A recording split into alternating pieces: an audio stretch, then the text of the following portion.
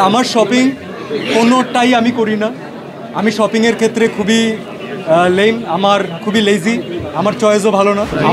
আমারটা নিয়ে আমি না বলি, আমার মনে হয় যে মিখাইলের, আমার মনে হয় যে মাসুদের আলাদা আলাদা অডিয়েন্স আছে, তাদেরকে অডিয়েন্স পছন্দ করেছেন অলরেডি। সো ইনশাল্লাহ তাদের নিয়ে সামনে যখন কাজ হবে সেটাও দর্শক প্র্যাকটিক্যালি খুব ইন্টারেস্টিং কিছু একটা ঘটবে আর কি। যারা অলরেডি সন্তানের বাবা অথবা মা তারা এটা রিয়েলাইজ করতে পারবেন যে আগে ছিল যে নিজের জন্য আগে চয়েস করতাম আমরা, এখন পুরো ব্যাপারটা ঘুরে গেছে যে ছেলের জন্য আগে দেখি। তো হাঁটতে হাঁটতে নিজের জন্য কিছু এখন পর্যন্ত নিতে পারিনি, কিন্তু ছেলেরটা চয়েস হয়ে গেছে, তো ছেলেটা নিয়ে নিয়েছে। আর আমার শপিং কোনোটাই আমি করি না। আমি শপিংয়ের ক্ষেত্রে খুবই লেম, আমার খুবই লেজি, আমার চয়েসও ভালো না। সো আমি ঠিকঠাক মতো একটা বিয়ে করেছিলাম, বউ চয়েস করেছি, বাকিটা বউ চয়েস করে। এখন আমার কাপড় চোপড় বউ কিনে।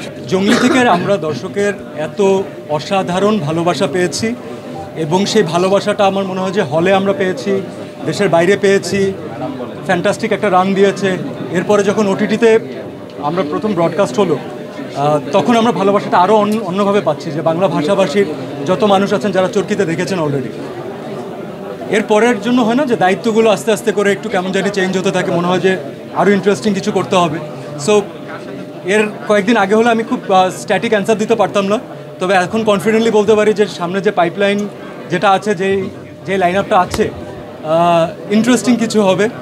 কি হবে সেটা ক্লিয়ারলি না বলি, কারণ ওই দায়িত্বটা ডিরেক্টর এবং প্রডিউসারের জন্য রেখে দিই। তবে যা হতে যাচ্ছে ফ্যান্টাস্টিক কিছু হতে যাচ্ছে। অডিয়েন্সকে আমরা বোর করবো না, অডিয়েন্সকে এঙ্গেজ করার মতো কিছু হতে যাচ্ছে।